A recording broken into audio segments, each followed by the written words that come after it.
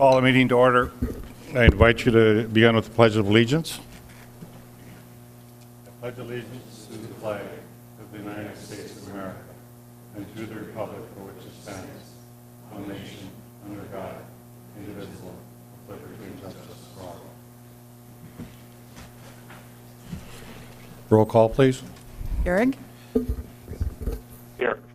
Grinberg? Here. Pepcorn? Here. Strand? Here. Mahoney? Here. Well, you might notice we're not in the new chambers yet, so those who don't know, we won't move to the new chambers for a couple months. So when it's all done inside, then we'll be able to do that. And unfortunately, Commissioner Gehrig has to still be on the phone rather than video, so it'll come. And in light of that, Finance and Auditor's offices are on different floors in the new City Hall. Finance is on third floor and the Auditor's is on first floor, just inside the main entrance. Visit auditors to make payments for utility bills, parking tickets, special assessment payments, business licensing, liquor licensing, raffles, etc. Finance will still process accounts payable, accounts receivable, and payroll, and can get answer on budget and financial statement questions. So just so you in the new City Hall look about and see that would happen. In health, Fargo Class Public Health is one of the 20 recipients of the inaugural Barclay-Gill Seed Grants, a program funded by the Public Health Service Commission Officer Foundation for the advancement of public health. The program received 300 applicants with proposed a variety of methods to support community-based public health program. Funds awarded to the Fargo Class Public Health will support the Harm Reduction Center. Susan Schaefer, Public Health Nursing Coordinator, has accepted the position of Director of Nursing for the Fargo Cass Public Health, where she has worked since 2015. And then a reminder for Fargo Cass Public Health that it is important to receive the annual flu vaccine, which is the best way to reduce the risk of getting sick with the seasonal flu and spreading it to others. Public Health will host a flu shot clinics in a variety of senior centers in Fargo and at the Public Health Building. For specific location dates and times, contact Fargo Cass Public Health. And you think we're going to have a great flu season this year, right? So we want people to get that. Library. There are several events coming up at the library as part of this year's One Book, One Community Reading Project. On Tuesday, Karen Joan Kawukti will be present a talk about Welsh author Arthur MacLean. George Freen will visit September 27th for a living history portrayal of Eric Remarque, a World War soldier and author of All Quiet on the Western Front. And on October 2nd, the children's book author Elizabeth Ram will discuss her book, The Big, Bold, Adventurous Life of Lavina Warren, who was a teacher at the P.T. Barnum Show Entertainer, world traveler, and wife of Tom Thumb. Just an irony, she was 3 feet tall and was married to Tom Thumb. John, do you know how tall Tom Thumb was? I don't. Oh, neither do I. The police department. Google it. You Google it. The police department welcomed 5 new officers last week at a swearing-in ceremony. The chief says he never gets tired of seeing new officers' excitement and how proud their parents and family are when they are sworn in. He's also grateful to the many employees in the department who take time to go to the ceremonies and welcome the new officers and their families. And that's what's in this chambers as well until we get the new chambers. Officer Mike Clowers has continued with his project of the police department being collection and point for American flags that need to be retired because of condition. This gives the department a point of interaction with the community and, again, veteran groups and scouts for the flag retirement ceremonies. This is interesting. Fargo was ranked number 19 on the Financial Information Wally Hub's list of 150 of the best-run cities in America. Wallet Hub determined that each city's operating efficiencies by creating a quality of service score based on 35 metrics measured against the per capita budget. The metrics spread across categories including financial stability, infrastructure, pollution, education, health, and safety, and economics. So out of the 150 cities around the country, they think we do pretty good. 40 inches tall. Oh, Tom Thumb was 40 inches tall. How many feet is that, John? Over 3. Yeah. 8.5 inches. Thank you. Is there a motion to approve the order of agenda moving items 1B, 2A, 20, and 21 from the consent agenda to the regular agenda? So move. Second. Any discussion? All those in favor say aye. Aye. Aye. Is there a motion to approve the minutes of the September 10th, 2018 regular meeting? I so move. Is there a second? Second. Moved and seconded. All those in favor say aye. Aye. Aye. Opposed, nay. Motion carried. Consent agenda, approve the following. Is there a motion to approve the consent agenda items 1 through 33, excluding items 1B, 2A, 20, and 21, which have been moved to the regular agenda? So moved. Strand made a motion. Is there a second? Second. Second. Any discussion? If not, roll call vote, please. Strand. Yes. Pepcorn. Aye. Gehrig. Gehrig. Yes.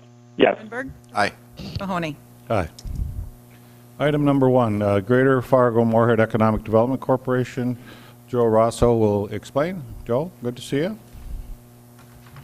This is the first time you've done this before, is it? It is. Okay. Not the first time I've been up in front of city councils, having done this for 25 years, but it's the first time here, and I want to commend you on moving through what looked like 30 agenda items in about 3 minutes. I did work in Iowa City, Iowa for 12 years, and we would have short 4-hour city council meetings, so I appreciate the speed at which you're moving here.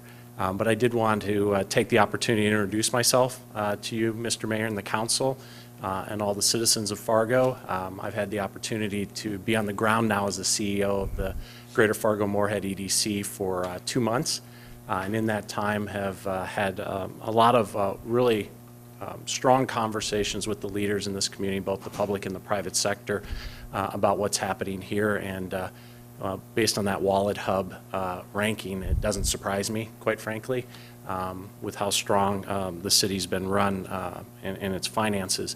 I want to just take a few minutes. I know you received a one-pager, which is part of our agreement with the City Council, to give you an update on the work we're doing as an economic development group, but maybe firstly give you just a couple minutes on my experience, if that would be helpful for those of you who I haven't met, because there are a few of you I haven't as of yet. I've spent about 25 years running various chambers of commerce, economic development, downtown development organizations in the Midwest for about 40 years, and then, or for about 18 of those years, sorry. And then in most recently Colorado. I was living in Colorado Springs running the chamber and the EDC in a private consulting group. And over those 25 years of doing economic development, I've had the pleasure of working across just about every component, whether it's existing industry, attraction, workforce development, innovation and entrepreneurship. And one of the things that I found here when this opportunity came up for me and my partner, who actually I was born and raised here in the Fargo region, and so after being gone for 20 years, I'm bringing her back home, and the happiest person in town is actually her mom right now for that move. But I've also very much enjoyed my short time here, and the thing that has impressed me the most is the focus on what I call demand-driven workforce development. Mayor, we've talked about that just a little bit, and Tony, we have as well, but also the focus on innovation and entrepreneurship. Those are two things that are vitally important, I think, in the growth of any economy, coupled with continuing to support your existing businesses and very targeted attraction into a marketplace. That's kind of the balance of those items that tend to get focused on by groups like ours. One other thing I'll just mention before I highlight a couple attributes of what's been going on just in the recent past is that in terms of our mission, I want to make it very clear that our focus is on primary sector companies. It's those businesses and individuals who bring money into this regional economy, kind of creating a bigger bucket for everybody. So all the work that we do, whether it's an existing business, an individual, a company we're looking to attract in, or the workforce development needs that they have, it's got to touch the primary sector needs of our market, because it's that economics that really we need first before we can churn it across all the types of local businesses in our community. So for example, since our organization last reported to you, we've assisted 6 or half of our growth initiative fund loans that we manage as an organization to the tune of over $600,000 to companies right here in Fargo. That return, in terms of just the capital investment, those companies are putting in about $66 for every $1 of loan. I will remind you, it's a loan. It comes back to that fund to be used over and over to help grow the economy. So that's a pretty significant investment by the businesses that are here and growing in the marketplace, and how we can support them. We're currently working on a number of recruitment projects here for the region. Some of those have been more publicly known, like the recent announcement of a potential USDA headquarter operation coming out of DC, somewhere in the US, outside of DC. We've been working very closely with your team on that, along with a lot of other partners, to put a proposal in. Don't know what the end result of that will be, but it's been, I think, a good experience of identifying, representing potential properties here within the city of Fargo for that opportunity. We're doing a lot in the way of workforce development. In fact, we have an FM welcome reception coming up here on October 16th. So for those of you who want to meet or are new to the community and you want to get to know the leadership, we'll be holding that at the sanctuary. So for all the listeners, www.fmwelcomeparty.com, and please join us in welcoming new people to the market, like myself. And then also, one last thing I'll mention that's on the workforce front, to help all of us communicate what the wonderful attributes of this region are. We, along with other partners such as the United Way, the Foundation, the Chamber, the CVB, have all worked on a website called liveinfargo.com that you can all take a look at. It's something that if you have somebody who's interested in, and we share this with our primary sector employers, that you want to inform about what it's like to live here, not just work for a company here. This is a site that those companies are now using to inform people about all the wonderful things that this market has to offer. So liveinfargo.com, take a look at it. It's organic, it's always changing, and we want your feedback, whether you're a citizen listening in tonight, one of the staff, or one of our elected officials. So with that, I'll open it up for any Q&A that you might have of me. Any questions? Mr. Grimberg? No? Jeff? Just Commissioner Gehrig? Got to get it. I'm good, thank you.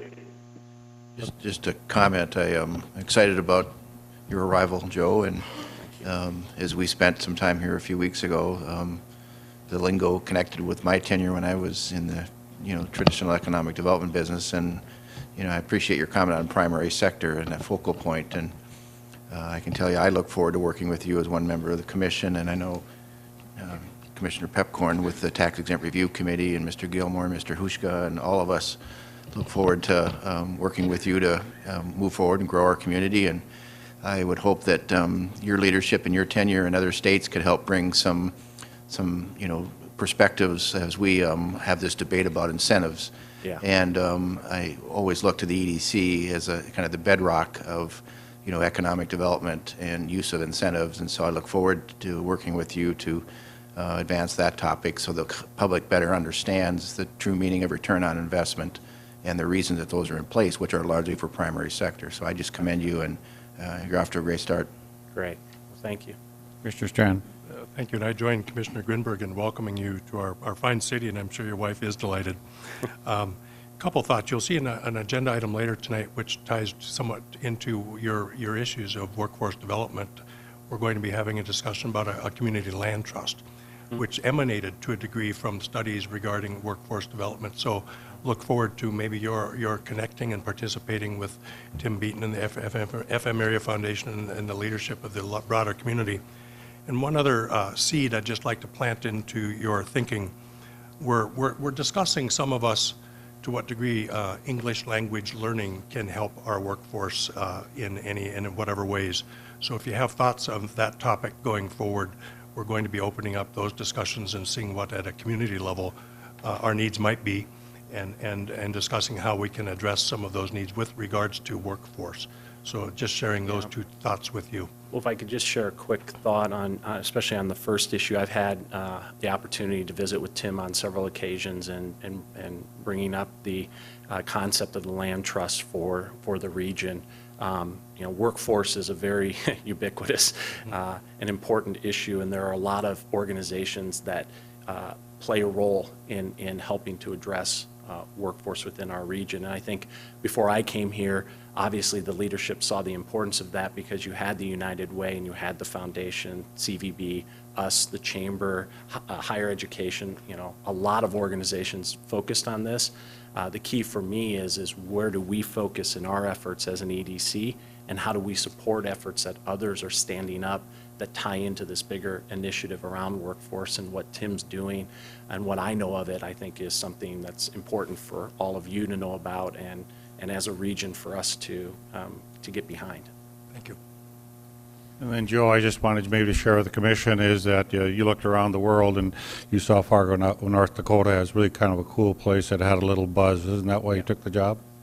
Yeah, absolutely. I mean, I know that Bree's mom would say it was her, bringing her daughter back, but it really was, Mayor, when I've worked in, and I have relationships across the country, and when I bring up this region to people who especially understand what's going on in innovation and entrepreneurship, organizations like the Kauffman Foundation, the largest foundation in entrepreneurship in the world, this community is on the map in a big way. I think what we need to do as our role in the EDC is work with you and other partners to take what is really authentic and really powerful messaging that's happening here and spending more time sharing it. Because, if we don't brand who we are in an authentic way, other people will brand us for us.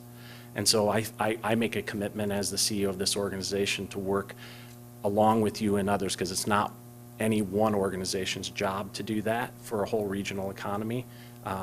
But hey, you guys have created a heck of a great start here, and it's continuing to work on that.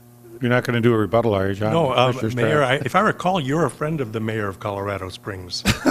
So maybe you can tell him thanks for sending a good person our way. We'll go on. Thanks, Joe. Yeah, thank you. We'll go into public hearings. Number one item is a continuance from 10/22/18, hearing on a dangerous building located at 1101 7th Street North. Requested a continuance to Monday, October 22nd, 2018. I'll move to continue. Second. Second, any discussion? Just has to do that, okay? Roll call vote, please. Pepcorn? Aye. Grinberg? Aye. Garrick? yes, Strand? Yes. Mahoney? Aye.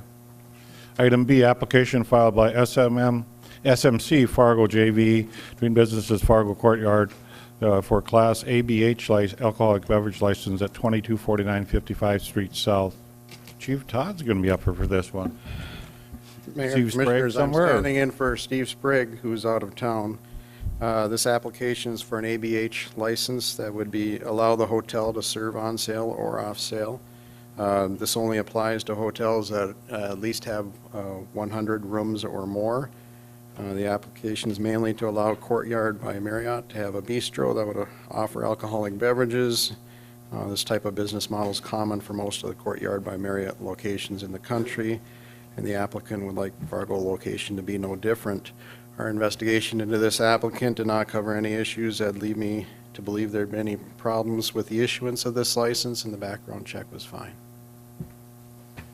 Is there anyone here who wishes to speak to this license? Anyone wanting to speak? If not, we'll close public hearing. Can I have a motion? I'll move to approve. Is there a second? Second. Any discussion? Roll call vote, please. Pepcorn? Aye. Grinberg? Aye. Garrick? yes, Strand? Yes. Mahoney? Aye. All of the public hearings, you have item 36, you have my recommendations for the Housing and Redevelopment Authority. Is there a motion? So moved. Commissioner Strand, is there a second? Second. Any discussion? Roll call vote, please. Strand? Yes. Grinberg? Aye. Garrick? yes, Pepcorn? Aye. Mahoney? Aye. Item 37, recommendations for appointments to the Fargo Youth Initiative. Commissioner Garrick's recommendations. Is there a motion? So moved. Is there a second? Second. Commissioner Garrick, you want to make any comment, please? nope, the recommendations were brought before me, and it looks like they're good candidates, so hopefully they get approved. Thank you. Roll call vote. Grinberg? Aye. Pepcorn? Aye. Garrick? Yes, Strand? Yes. Mahoney? Aye. Greg, do you have these up on the screen, or Katie? For the budget?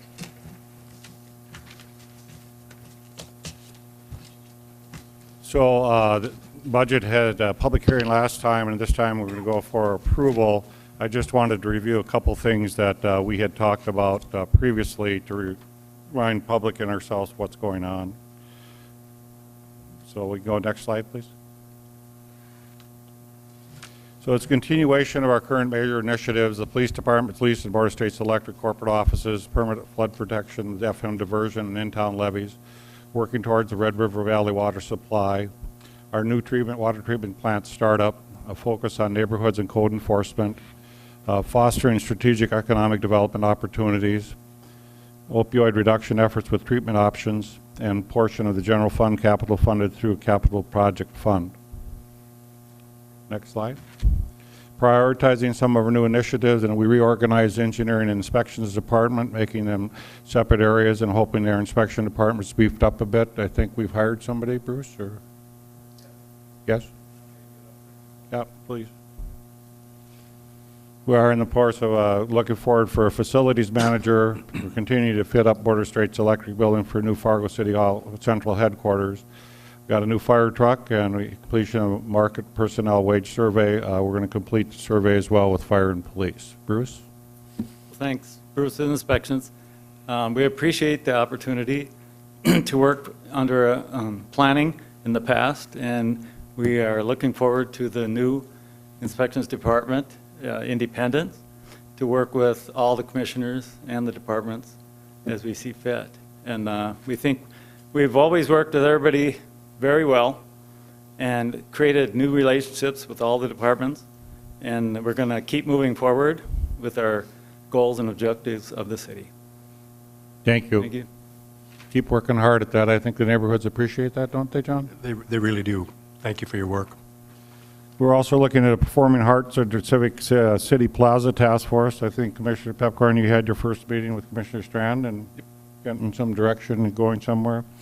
We're proposing some utility rate increases, wastewater treatment plant expansion, the potential of redevelopment of the police department building, the health department building, and Park East departments in Mid-America Steel locations, and implement recommendations of the Special Task Force, Assessment Task Force, which should be done in December. Tony, is that right?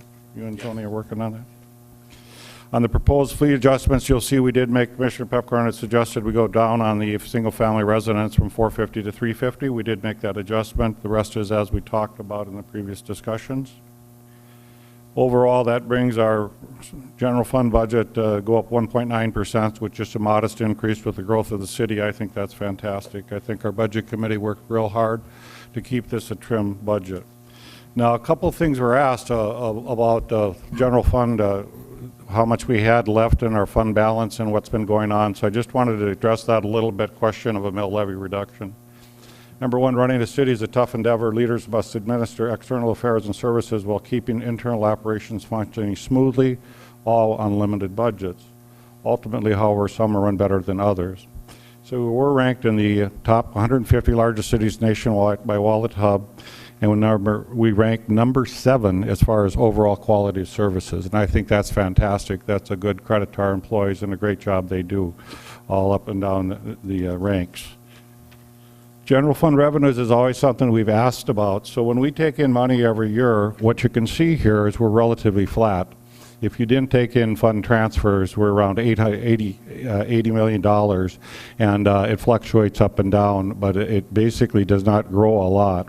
And there's a variety of different reasons for that, but I think we went through those earlier. And it just to make the commissioners understand, when you look at that, then we went to change in fund balance.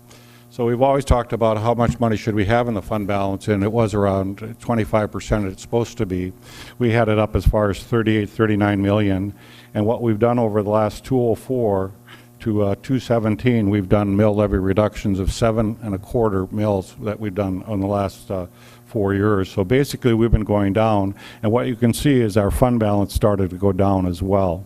And we started to tap out of that fund balance on a yearly basis. And last year, or 18, you can see we're almost into $4 million. So when we go into that, you'll see that our fund balance then, it had drifted up high, and now it's down to around 34 million. We anticipate in 2019 we'll cut back a little bit on that because we have not decreased the mill levy, but we'll stabilize a little bit on that fund balance. And I think for a lot of the commissioners, you've all asked me about that. Where is it? Asked him and what happened. So we had a stabilization fund and a fund balance, but this is all in. This is what's going on with our fund balance. Mayor, I'd like to thank you for addressing that question.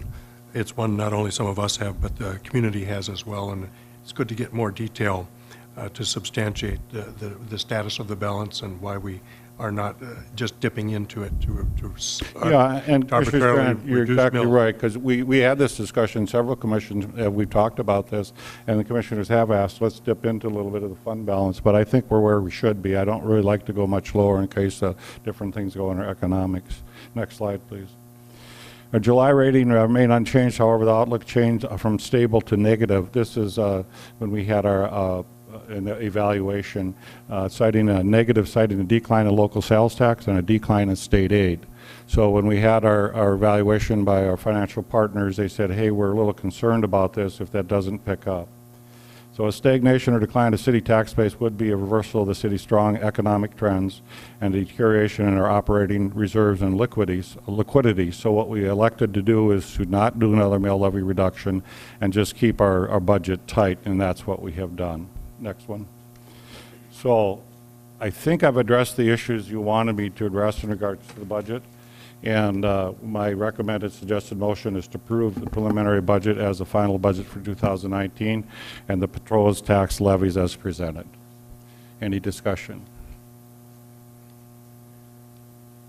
Commissioner Strand. Thank you, Mayor. We had a discussion as well about the status of the fire department's wages, and could you update the community as to where that discussion has led and where it's going so that it's just not left up in the air? Yep. Thank you, Commissioner Strand. So what is elected after the discussion with the fire department that we better look at those wages. And in fact, Commissioner Pepcorn and I just saw some things in our finance committee which shows people in the middle of our wages may be off market. So what we'd like to do is Chief Todd and then Chief Dirksen would meet with us with the fire and with a policeman and then our budget team and look at the data. Joe Manette's preparing the local regional data for that. We'll compare it to what the firefighters brought to us at one time as well, and then look at what we need to do in market. We would then ask the indulgence of the commission that in mid-budget we may change what we do for that. Hopefully, if some revenues come up and we have some money that we can do that with, or maybe we sell a building. But our idea was to attempt to try to fix that probably mid-budget next year, if that would be okay. We anticipate in talking to Joe, this will take about 3 to 4 months to do because we should have some discussions, but we're inviting people to be in the room as we have those discussions and see if we come to an equitable thing. And I think the goal of us always on salary has to be win the market. We want to be in the market. We don't want to be lagging too far behind because a firefighter takes 6 months to a year to train. Is that not right, or not longer? Shorter than a policeman, or no, about the same. It takes, to get somebody experienced in the field, we really like to have them train, and one of the things we're doing is we're losing 9-year and 10-year veterans, and that's really hard to retrain because of all the work and stuff that we've done in the field. So we very much want to retain our workforce, and we will look at that, but we don't want to put false hope out there that this will take 30 days. It'll take a while to make this study, and then we'll indulge the commission to relook at it and see what we come up with. Any other discussion? Can I have a... Mr. Mayor? Mr. Garrick? Yep, I just have a few things here for the group, and I'm hoping that some of these things will be easily accepted, but I'll make a few motions here. The first motion has to do with Link FM. For those who recall, the link was initially put into place with the premise that it would help with the parking situation for our employees with the new City Hall construction. Obviously, new City Hall construction is complete. The Link FM was never really used for that purpose. It's $150,000 per year for the City of Fargo. I move to end the Link FM.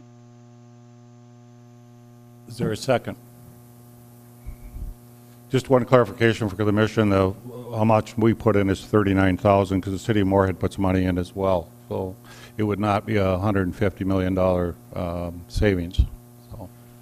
Mr. Chairman, can I add one quick comment? So the circulator, if that's what we're talking about, that started a few years ago, but now is the reason that we did it is the Block 9.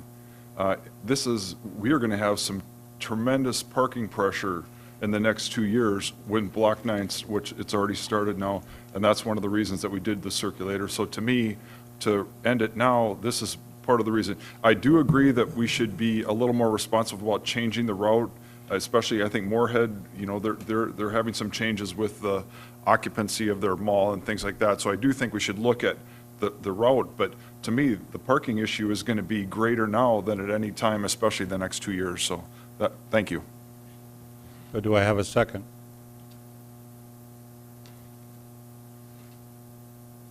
Motion fails for lack of a second. Commissioner Gehrig? Thanks. I want to talk about the vehicle maintenance fund. As everyone knows, we now put our police cars, we store them indoors. That should reduce the vehicle maintenance costs. Also, when the requests are put in for additional employees from the fire department or the police department or inspections or things like that, they usually come with equipment and or vehicles in that request as well, especially for people like policemen. Because not all the employees were approved, in fact, I think only about a third or less were approved, I don't know that the vehicle maintenance fund was adjusted down to meet that same criteria. I would move that we reduce the vehicle maintenance fund commensurate with the number of employees requested and approved. Did you understand? I didn't understand. Could you repeat the motion, please, Tony? We're having a little trouble with your mic there. I make a motion to reduce the vehicle maintenance fund commensurate with the number of new employees being hired. And I know Ben Dow went over the vehicles, but is there a second?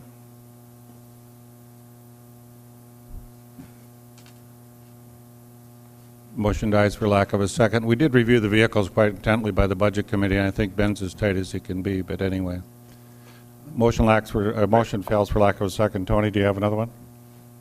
I do. The Art and Social Services Fund, $500,000. We are not reducing any mills on property tax this year. If we reduced the Art and Social Services Fund, we could use that for relief for the people of Fargo.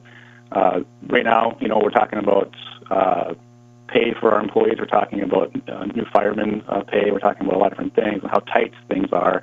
At the very same time, we're using taxpayer dollars to fund a charity fund. The Art and Social Services Fund should end. I make that motion. Is there a second? Motion dies for lack of a second.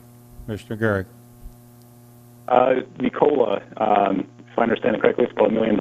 If we approve it as it sits at 2%, as stated, you know, it's my contention still to this day that we're missing out. We're lagging a little bit on the lower and middle range, and the high range, those folks tend to stick around.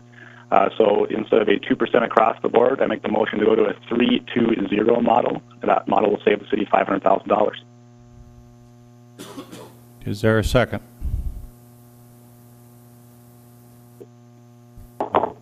Motion dies for lack of a second. Commissioner Gehrig. Our reserve fund, as you addressed, is about $10 million bigger than the stated purpose. So it's my contention that we change the stated purpose of that fund, or we draw back. We're increasing taxes in this budget, notably utilities. It's my contention that, again, we shouldn't be raiding the piggy bank. At the same time, if we took out $500,000, we could offer tax relief to folks through property taxes or in some other way. So I make a motion to use $500,000 for property tax relief. Is there a second to the motion? Motion dies for lack of a second. Commissioner Gehrig. So this budget isn't going up by 2%, it's going up by 6%. We took out $4 million that has been traditionally used in the general fund for a specific utility, and we moved it into a different fund. So when we say that it's going up by 2% or 1.9%, that in fact isn't necessarily true. It's going up by 6% or more. Additionally, we're not providing any kind of relief for tax mills, for property taxes. We're raising utility costs when they should be going down due to regionalization. And we can remove small things like the Link FM that would reduce the budget. So because the budget's growing at such a rate, taxes are going up, and I don't see any end in sight, I will not be approving this budget. There wasn't a motion with that, was there? Do I have a motion for the suggested motion? I'll make the motion to approve the preliminary budget as the final budget for 2019 and the proposed tax levies as presented. Is there a second? Second. Any discussion? Mr. Strand? Mayor, just a question I'd have for Commissioner Gehrig, and, you know, I want to commend you always for standing up for what you believe in, and I know that you're not alone in your thinking, but I guess in my thinking, this is stuff that should have been worked on months ago, you know, when we're developing the budget, and I appreciate the concerns, but we've been developing this budget for months. We've had multiple hearings, public hearings, and public feedback, and our fingerprints are all over it. And maybe we can try advance his concerns more proactively in the next budget cycle, so that they're not at the 11th hour. I'm assuming they maybe were raised to you and to the team, but I thank you, for Commissioner Gehrig, for bringing these issues up. But I'm just not going to, at this final moment, start turning the budget upside down. Then I have one question, if I could, Mayor. Thank you.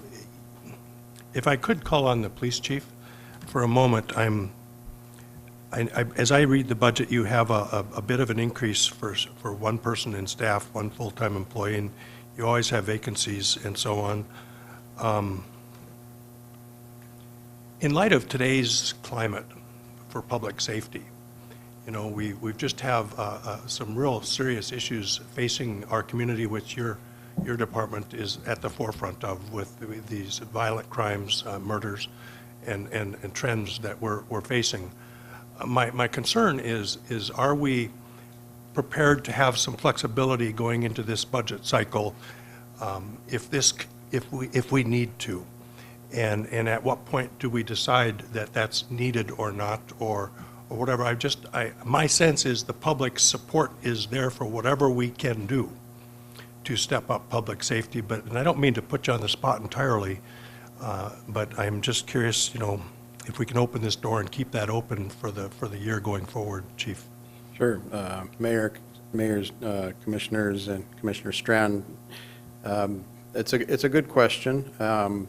I would say that in my now almost 4 years as the chief, that the commission has been very supportive of public safety and has actually added 30 personnel to our department in that amount of time, which I think is significant. It's shown the support the commission's had for the mission that we're trying to carry out. And in trying to be prudent with our requests, I approved proposed a 10-year plan that I gave to the city administrators and yourselves quite some time ago to show how we could or should grow as a department along with the growth of the city. And the commission has been, you know, quite good at keeping to that plan. Obviously, this year is it's a tough year financially, and we understand that. But that doesn't mean we don't have challenges too at the same time. But I feel comfortable that the commission has said that we are willing to come back mid-year and revisit where we're at with personnel. I will tell you that our personal and property crimes we're holding pretty even on with our crimes the previous year. We do have obviously some high-profile things that have happened in the city. We've had 5 homicides in Fargo this year, which is unusual. But just to put some context to that, one of them is a husband-wife situation, a murder-suicide. One was a dispute between 2 people that knew each other that were staying in an apartment on 7th Avenue and 10th Street. One was a newborn baby that was allegedly drowned.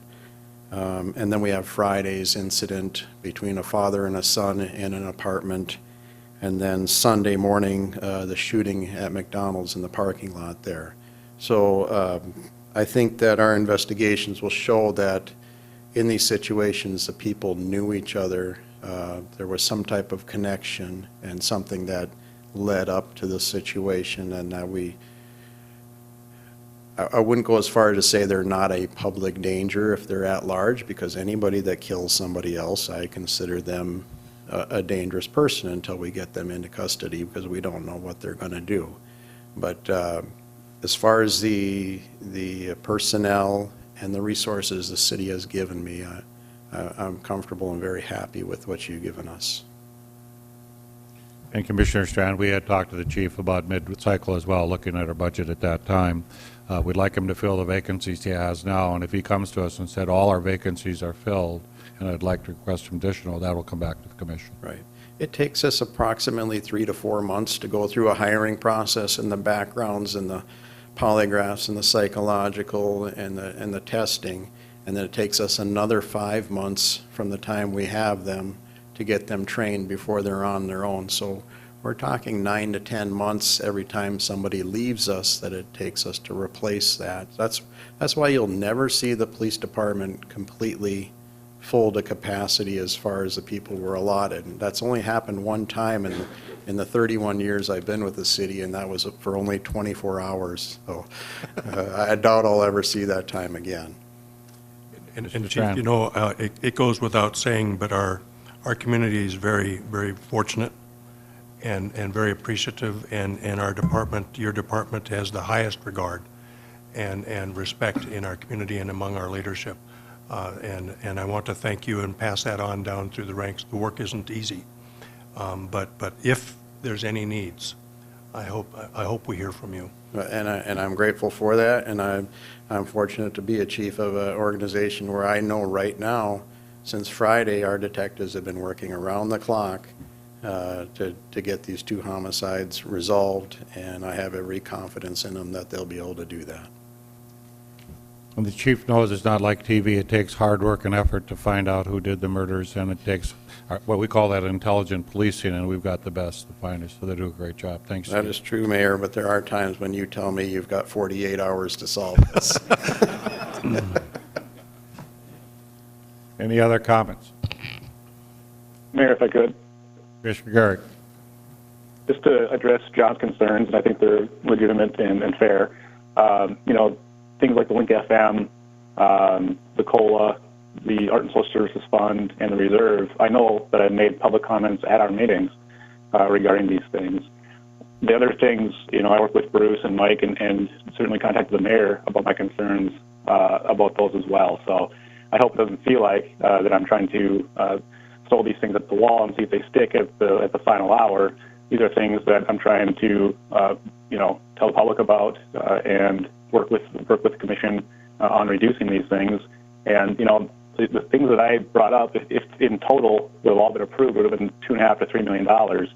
You know, there's certainly more things I wanted to bring up, but I was hoping that at least some of these would pass. So, you know, we'll have our vote, and the people know how we voted. But you know, with the budget growing at 6%, that's a large increase.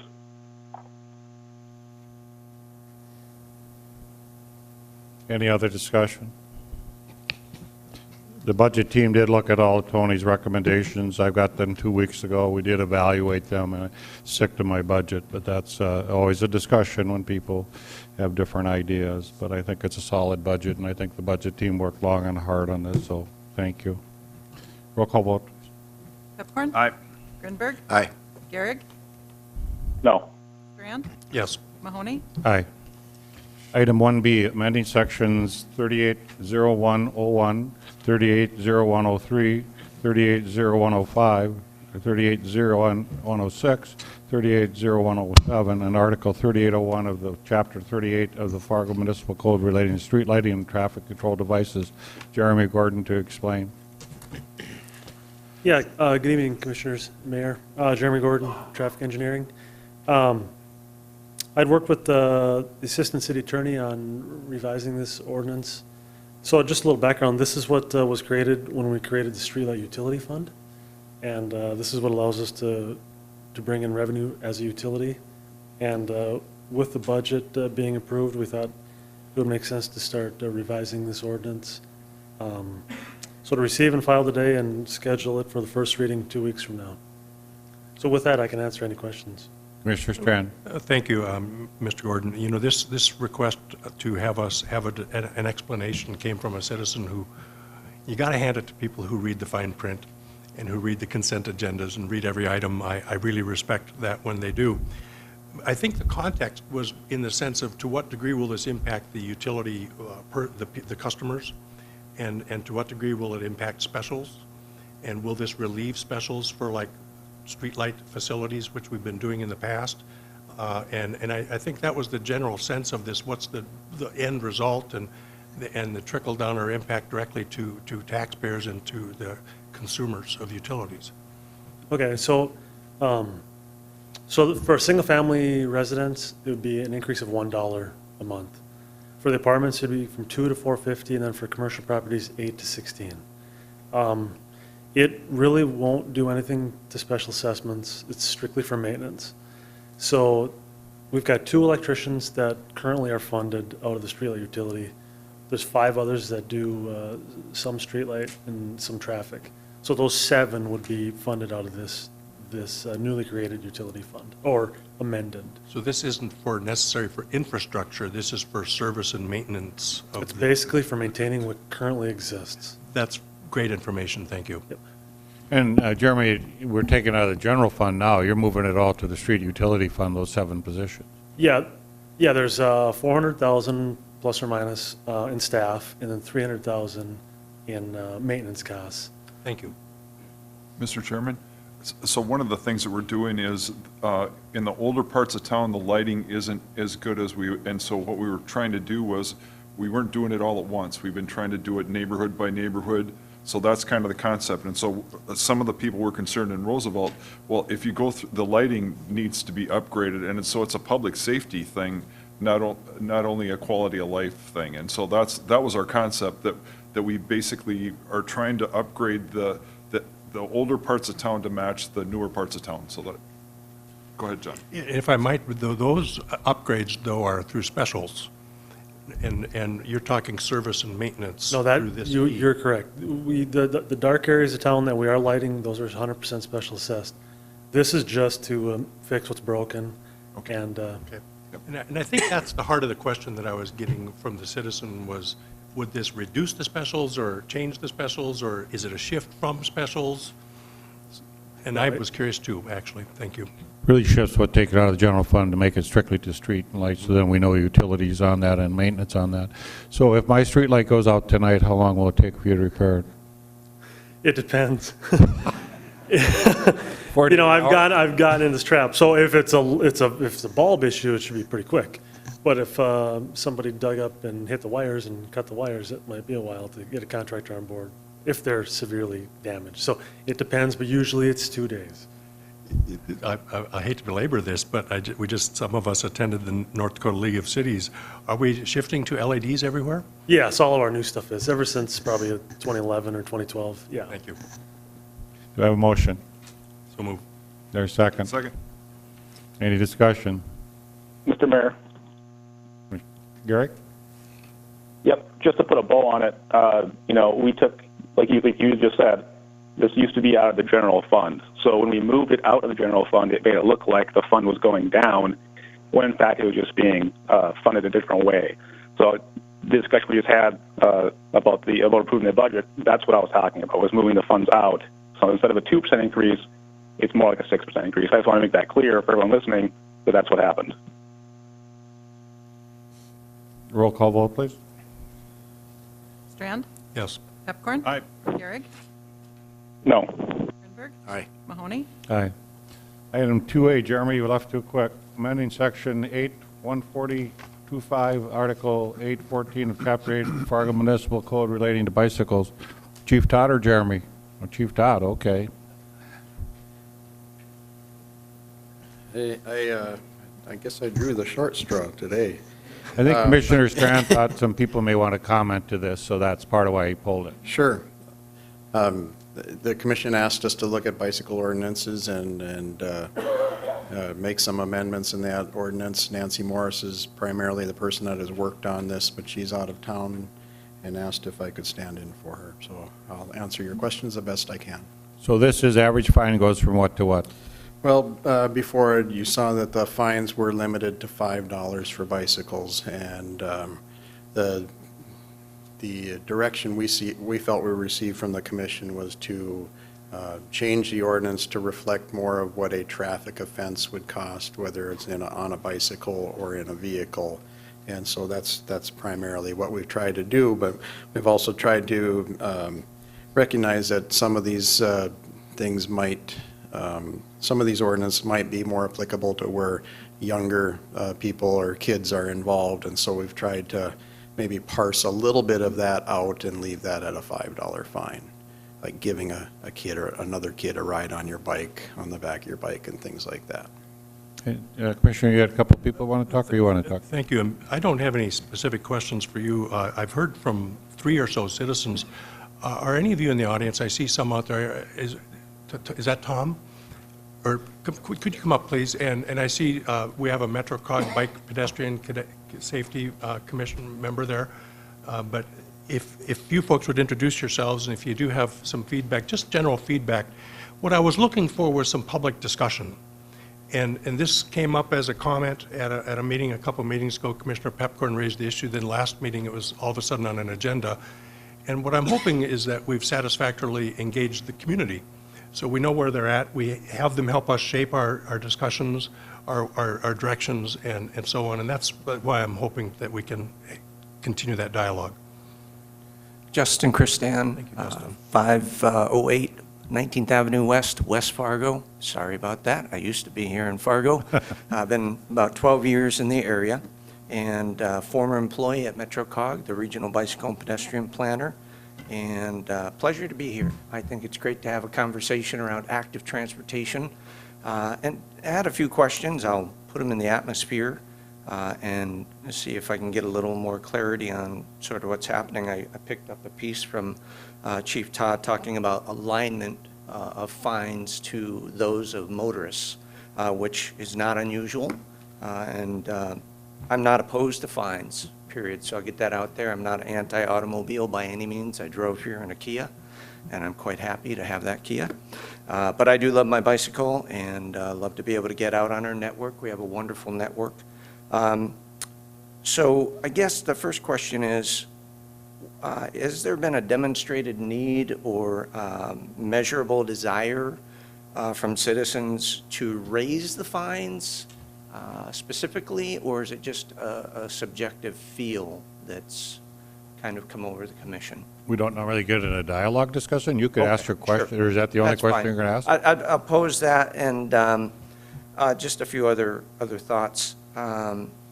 Just so that's a curiosity question, and I guess as a sort of a summarizing statement, changes in fine structure I would hope would be data-driven by citations that are served, not by some sort of subjective feel. Obviously, people, some like bicycling, some don't. Some feel bicyclists on the roadway are in the way, though we do have a legal right to be there. I do believe folks who are rolling through stop signs and creating dangerous situations on bicycles or motor vehicles certainly should be fined. There should be something that's more than punitive, but money talks, and we understand that. So I see that as a value. Active transportation must be managed when it involves use of public roadways and spaces for the safety of the community. But if there is no clear need to raise fines on particular types of infractions, then I feel fines should not be raised. And ultimately, is a $20 fine going to disincentivize bicycling infractions? Again, not opposed to them, but maybe there needs to be a deeper discussion about this through the public with the police department. I noticed in an article from the Fargo Forum that about 4 years ago, some of the fines were as high as $50. They were then reduced to $5, and 4 years later, we're back to $20. So I'm wondering if there's any kind of standardized approach to this, or if it's just general alignment to what motorists pay. So just some thoughts and questions, but I appreciate the dialogue. I appreciate the interest, and just appreciate the commission giving me the time to speak. Thank you. I think Commissioner Pepcorn, you probably can answer all those questions. Well, sure, and I think the main thing is to be consistent. No matter if you're riding a motorcycle, I think they should be consistent. And I think this is a good thing. We came across some other ones that have to be adjusted some of these have been in effect for a long time. And so I think I've had nothing but positive comments. The bicycle riders are positive too. Even Justin said, I'm not opposed to having fines. So I think this should be an opportunity for us for safety. A lot of bicycle riders to follow the rules of the road, just like everyone else, I think that's a good thing.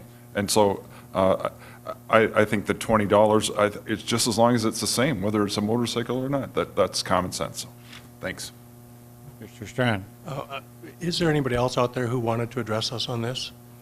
I'm not sure. Okay. One of the others I'm sorry. Dan Farnsworth? Dan's with MetroCog, and this is his bailiwick. Mr. Well- Chairman, I worked on MetroCog, so I know all these people, so it's very fun. I enjoy that. Hi, Dan. Hi, thank you, Commissioners and Mayor. Dan Farnsworth, Transportation Planner at the Fargo Moorhead MetroCog. And I don't necessarily feel like I wanted to come up here, but I just felt like it was my obligation to just discuss this a little bit. And I'll just mention that in our last two bicycle and pedestrian plans, the things that rise to the top is that the citizens do want to see people following the rules of the road, whether it's motorists or bicyclists. They want to see increased safety. And so I guess we haven't really had a lot of time to talk about this internally with our bicycle and pedestrian committee, but based on our comments from the public, we went as far as even creating a campaign for bicycle and pedestrian safety. Bicycle, but actually just bicycle safety. And so to that end, you know, whatever it takes to get more people to follow the rules of the road, I would be for. I can't speak for the rest of our committee at this point, but I'd be for that. If we had a little more time to run this through our committees, that would be nice, but if not, I would endorse, you know, increased fines. It's, you know, going from $5 to $20, so it's not like it's a huge, huge amount, but whatever it does to promote safety and if it's going to reduce any injuries out there, collisions, I think that's a good thing. Dan, you have data amount of injuries in bicycles a year. Do you know what that is? How many bicycle injuries? We do. I don't have it with me, But it's a fair amount. It's not 5 or 6. It's 20, 30, something. Yeah, I believe it is. I mean, it's and every maybe every year there's a fatality or so. So. And then it seems like a lot of times people ride on the sidewalk when it's nice to have bike paths, so they get off the sidewalk because they seem to hit cars as they're driving out in the driveway. So anything that promotes safety would be a good deal. So we'd like you to do a safety deal. Commissioner Strand, do you have something else? I do, and Dan, thank you for addressing us. This is your area of expertise. I guess I was asked a couple other questions, and this is one of them is similar to what Justin Tristan was saying. Is there a problem we're fixing? And I'm not sure there is or isn't, but that begged a second question I had was, is this a high priority of law enforcement or not, or is this the best solution for these issues or not? I mean, and part of this is absent much of a dialogue. So here we are acting on ordinances, and I'd hope we'd exhaust all the avenues of discussion and dialogue and feedback and questions, and then we're all landing comfortably. Not that I'm opposed at all. Mr. Chairman, but I will say, so this has been on our agenda, you know, we've had it on, and people are welcome to come here. And it's not like they weren't aware of this going on. It was in the paper. We've talked about it in the media. And I will say, this isn't it. It's a safety issue. It is. I would like to know that. And, you know, you Well, made an off-the-cuff... I can tell you it's a safety issue. But you made an off-the-cuff comment 2 meetings ago, and then the next meeting it's on an agenda, and now it's on consent. That's not much room for public input. I mean, to me, there's I'm not plenty- disagreeing, but... Everyone's had plenty of opportunity, and I do think it's a safety issue. I mean, when you drive, I do think this should be an opportunity to encourage, educate, and promote safety, because I do think, especially with kids, a lot of them don't even know the rules of the road anymore, and I do hope we use this as a thing to promote safety. Absolutely, but you and I won't disagree probably in the end.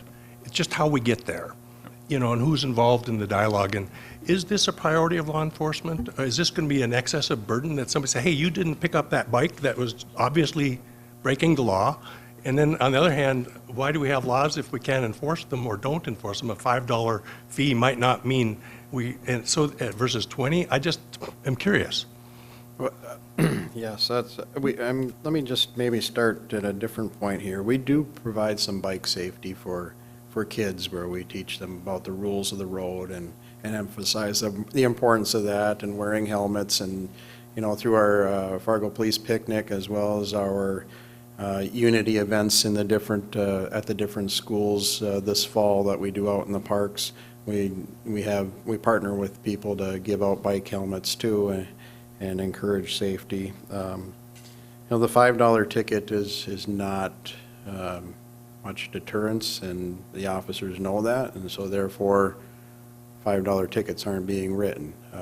When you consider the amount of resources that go into, writing the ticket, the processing it at court, and so on and so forth, it's just $5 is not worth the officer's time. $20 is barely worth the officer's time, but that's more of a legislature type of thing at the state. So I think that bringing the bike fines in line with the rest of the moving violation fines, it seemed to make sense to me, but again, we're kind of acting what And we then thought was your Commissioner direction. Strand, I don't think Pepburn just made it off the cuff. He looked at that ordinance and then said only $5 per bicycle and asked that. Secondary thing that's happening in the community, we're getting to be a bicycle community. A lot of people are riding bikes now.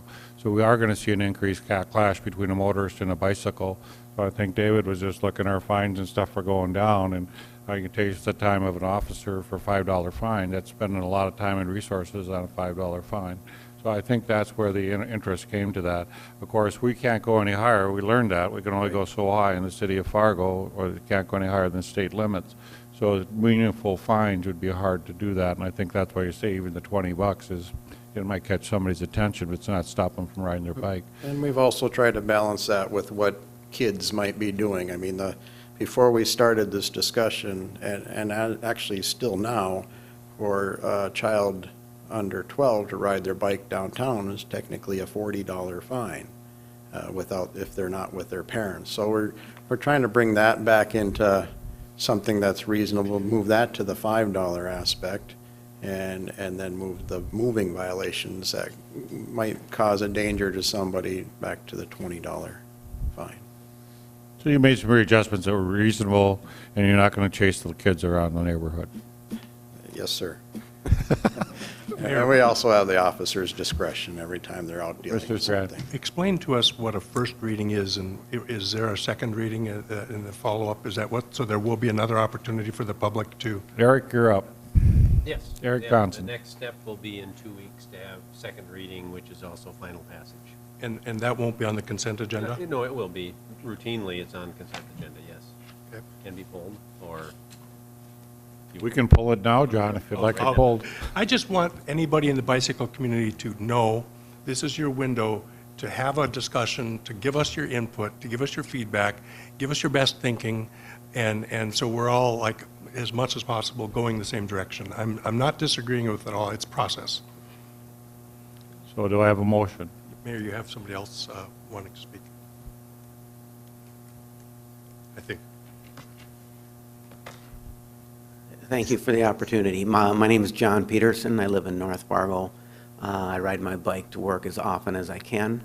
I don't have a problem with higher fines. But the focus here, I hope you realize that a moving violation with someone in a car, if they screw up and hit me, it's serious. If I screw up and run into a parked car or a moving car, it's me again. So I would just, make sure that, I guess from an enforcement standpoint, I hope we're enforcing traffic laws all over. This is the biggest concern. You can ride in text while you ride a bike? I can't. And I don't know how people can drive their cars and do it, but They can't. apparently about a quarter of the cars out there are doing it. So Yep. anyways, We would agree. Thank you. just wanted to. I'll make the motion. Is there a second? Second. Any further discussion? Roll call vote. Pepcorn? Aye. Garrick? Yes. Grinberg? Aye. Strand? Yes. Mahoney? Aye. Item 20, acceptance of the Kresge and Bush Foundation grant awards for implementation of the next phase of the Fargo project for integrating creative placemaking into an inclusive urban planning. Nicole Crutchfield to explain. And for the commissioners, we've come a long ways, and we've got a lot of grants. This one has really worked out in our favor. Yeah, good evening, Mayor and Commissioners. I'm pleased to present that we are the award recipients, if you so choose to move to accept them tonight, on the Bush Foundation and Kresge Foundation. The Bush Foundation, I'll start with that one, is for $10,000. Neither one of these have matching requirements. They just take advantage of the work we're already doing as in-kind contributions. And so the Bush Foundation came about from the Human Relations Commission's interest in doing a survey in our community for needs assessment and gap understanding. And by inventorying what our peer organizations and agencies and community groups are doing, we can kind of have a collective understanding of a directory, if you will, of services that are available for newcomers to our community or residents in our community. And so that's for a $10,000 grant to help us conduct that survey. And we like to put that under the umbrella of a topic called inclusion planning. And if you're like me, and I didn't really know what the term inclusion planning meant until I started digging in a little bit. And when the Kresge Foundation came to town to kind of finish up our 2015 grant, they asked us to apply for a renewal.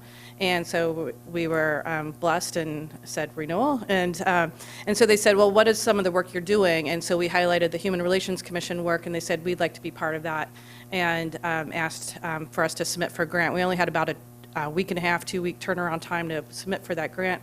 The application's in your packet. But that idea is that we,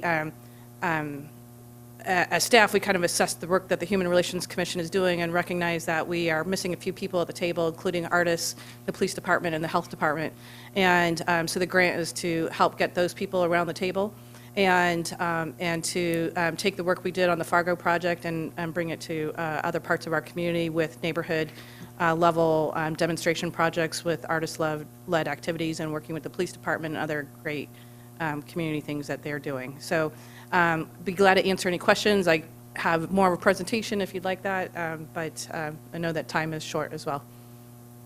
Mr. Strand, I think did you pull it?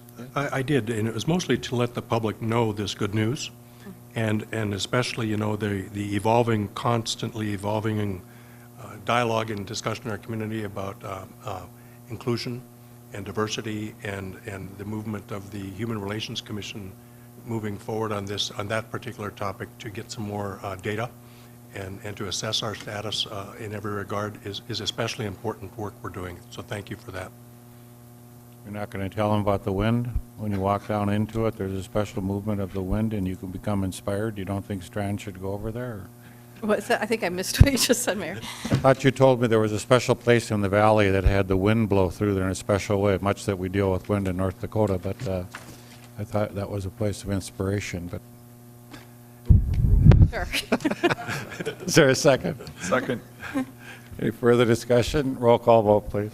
Grinberg? Aye. Pepcorn? Aye. Gehrig? Yes. Strand? Yes. Mahoney? Aye. Item 21. Tim, thanks for staying around. Direct planning staff and community development committee to further explore community land trust with the FM Area Foundation. Nicole Crutchfield to start. Yes, we're excited about this work as well. It's a lot of hard discussions that our community development committee's been having over the last year and a half plus with support from Tyron Grandstrand and Catlin Christie and other interns we've had in the past years. But the FM Area Foundation came to the community development committee about a month and a half ago or so to kind of announce their work on community land trusts and their initiative in that work. And so we have Tim Beaton with us with the FM Area Foundation and willing to here to answer any questions and to do a brief introduction. I will say with the planning department in general and me being somewhat, I guess I'm on month 9 now of my position, and through that work of our reorganization, we're learning that the housing strategy discussion is very complex, right? And so as we define workforce and affordability and wage and demographic needs and different types of subsidies and incentives, we know it's many, many, many tools, and this is one of many tools that we hope to bring and talk to you more about in the future.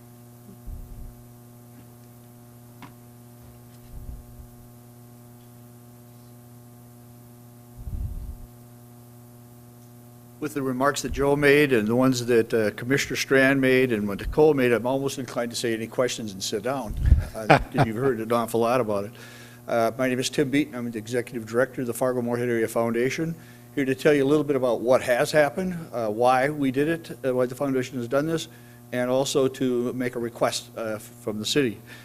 We have recently received notice that our application for incorporation of a new nonprofit organization to be known as the Cass Clay Community Foundation has been approved by the Secretary of State. We are in the process now of developing bylaws which will control that and move forward with it. We will then make application for a 501c3 nonprofit status with the IRS. The reason for this is how we came about was that we were, as John Rezo mentioned earlier, one of the 5 organizations that sponsored a comprehensive workforce study back in the year 2015. One of the things that stood out to us was that of those jobs, there were at that period of time some 6,500 jobs that were going to go begging at that period of time. 45% of those paid less than $13 an hour. And if you do the math on that in terms of how much people would have available in terms of purchase housing or rent housing at that period of time, it became a very, very small number. There wasn't a sufficient number of apartments at that price available, nor is there today that we understand, and certainly there wasn't enough of the homes, of the individual homes that were available to be purchased. One of the things that was recommended by the consultants was the consideration of a land trust, and I'm not sure how much information you want or have with regard to it. I can provide you with a website that I think out of Deadwood, South Dakota, that I would really highly recommend. It's a very, very short YouTube. It's called the Dakota Land Trust, and it explains what they did down there and how it has helped solve the workforce problem down there, providing housing for their teachers, their firemen, for their police officers, where they had a great shortage. In any regard, we have put this land trust together. We are making presentations to all of the governmental agencies in the 2 counties, because that's what we're going to cover. And we did so first to just make you aware of what it is. This is an initial step. And secondly, to ask you to, with consideration, to appoint somebody that we can work with directly to put together a memo of understanding of how we can continue on going forward in the future, working with the city or cities or governments on that. And then finally, to answer any questions as you might have with regard to what this is and why it is that we're going forward with it. Well, first of all, Tim, I want to thank your organization for taking the lead on this. It's been something that Commissioner Strand's been working on for quite some time, and I think Commissioner Grinberg, we looked at that a little bit, affordable housing. So we're very pleased that we're going to go forward on this. Our staff's been working hard on it as well. So we would look forward to a great endeavor and hope it all works out. Bruce Grubb can probably assign the person who's going to be the lead person on that. I don't know if it's going to be him or Mike, but I also have a volunteer from the Planning Commission. Rocky Schneider has volunteered to work on this as well. Cool. So we'd be more than happy to help you move this forward, and Commissioner Strand will find the money. Oh, did I say that right, John? If I might join in, you can put my name on that list too. We're all going to be involved and we'll all be part of this. It's, you know, affordable housing is a big issue on so many fronts. It's multifaceted and there's so many pieces to the puzzle. And I don't want the public to think this is an end-all solution to everything. It isn't. It's one more ingredient to a community approach to finding affordable housing for their workforce and for their people. And for those out there that are new to this concept, and we're all learning, basically it's dual ownership, where you have land that's put into a trust that into perpetuity is designed and designated for affordability. So owners can come and go of different properties or homes or co-ops or apartments, and mostly housing, but the program continues, so the replacement owners then come in and they're qualified and it's fitting their needs as well. So for workforce development or for some low-income folks or for some definitions of affordability, this is just a really great component for us in our community to bring forward. And I'd be remiss without acknowledging, you know, our Community Development Committee started on this a year and a half ago probably. Tyrone Grandstrand was really the person on our side bringing the information to us and helping us learn what Grand Forks had done after the flood and learning what other communities had done. And then he brings Tim Beaton to the table, and lo and behold, we're all working toward the same end. or toward a same shared goal. So this is a really good example of a community working together and community leadership helping foster this notion from our perspective. This is viable, but we have leaders in the community that will champion this and carry it and work it forward so that it's more likely to succeed. The asks of the community aren't that great. Maybe we can find some parcels of land that they can start looking at, that they can start maybe working with others to rebuild or build on. We might be able to help them with legal services in breathing life into it. We'll have a voice at the table of their board of directors in shaping their operational rules. But I just can't thank your organization and the United Way and the economic development folks for highlighting and raising our awareness of workforce housing issues. And for our planning department, Nicole, you've done, and Catlin and Tyrone, you've done a terrific job in helping facilitate this so that it can be a win for everybody. And we have some terrific partners, capable, skilled partners on the community side that are going to give this credence and more likelihood to succeed. So this is just the beginning of something terrific. It will impact lives for a long time. And so what a great contribution for your organization for us to all partner on. Thank you. Is this where I ask for the money? Yeah, that'd be good, Tim. Commissioner Strand, I want to thank you for your dogged persistence on this and the Community Development Committee for looking into this. I know this has been true to your heart. And it's, as you see, it takes time for things to come, but it's finally taken the turn on it that I think you'll be happy with. The FM Foundation will be a champion for us as well. So thanks, Tim. I move this recommended motion, Mayor. Is there a second? Second. Any discussion? Just a question of Commissioner Strand or Mr. Beaton, now that he sat down. Your crystal ball, where are we a year from now on this? Let Tim answer that.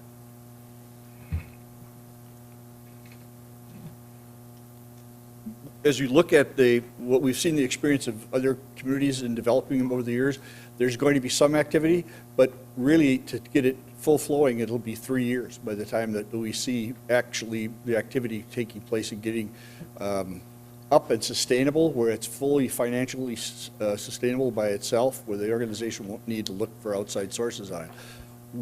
We have projects right now that have come to our door that people want to work with us, and we're just starting to put the project together right now. The lug nuts are not tight yet on the car. The second question, is Mr. Gilmore still here? Does this have any tentacles to the Opportunity Zone legislation? And I ask, I mean, I know John has worked hard on this, and that's why I always like to know, thank you for your answer, 3 years, but, what is it that's missing? Is it capital? Is it private investment? And I'm just curious whether there's a tie to this program that we just received in December. I don't think so. The Opportunity Zone is more aimed at for-profit enterprises, versus this type of a land trust. But I mean, I think what's missing, you're going to have to invest some money in the land, so there's going to be some upfront costs, whether that comes from foundations or from the city or from federal grants. That's key, I think, to getting this off the ground. Commissioner Pippin. I just have a quick one. So I think the area that's the most potential for affordable housing is the downtown, just because the land prices have gotten more expensive. Here's my question for you. So, and obviously with our city now, we have more land because of the flood protection. So we've got some land now that to me, this should be included in that. Here's my question for you. So if we had a RFQ for a mixed-use building, could a portion of it be that, or does it have to be straight the whole property? I guess that's my question for you. Well, if what we've seen as examples, the underlying land on that would be held by the land trust, but the property above, the building up above, could be for-profit. It could be partially for-profit and partially whatever you want to do. I mean, it could be retail, anything above that sits on that land. So that's what strikes a chord with me, is imagine one of these properties, and we got lots of them, having a combination of things, but part of it being housing for workers or affordable housing in the downtown. To me, that's the one that strikes a chord. I don't know if that makes sense to you, but that's kind of We've actually explored that, look at the possibility of creating, out of an apartment building, creating a condominium, and with the notion that by the time we remove the cost of the real estate out of the bottom of the building, the cost of the bricks and sticks, as I call it, might be such that the person could get a mortgage on that would cost them less per month than they might be paying for rent on the property.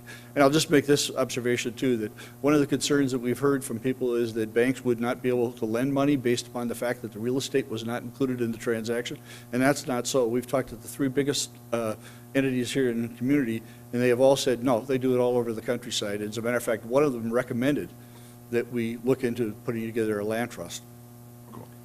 Mr. Strand? You know, I like the way we're already thinking and synergizing about how we can customize this to Fargo and to our broader community, the multi-county region. There are something like 288 or so land trusts in the country. The granddaddy of them all, one of them, the biggest one, is in Burlington, Vermont. And there's small examples, there's big examples, and they're all over the board. There's co-op housing, there's single-family houses, there's apartment buildings, there's even community gardens. You know, so, and some are just even protecting neighborhoods at risk. So we can really define this and make this what we want it to be.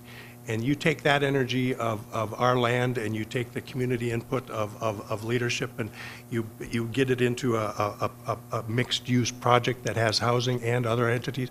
Who knows how far this could go, and it really will address some of the housing needs, not all of them, but some of them. So let's keep this thinking going. It's terrific to have this fun synergy going. One last comment.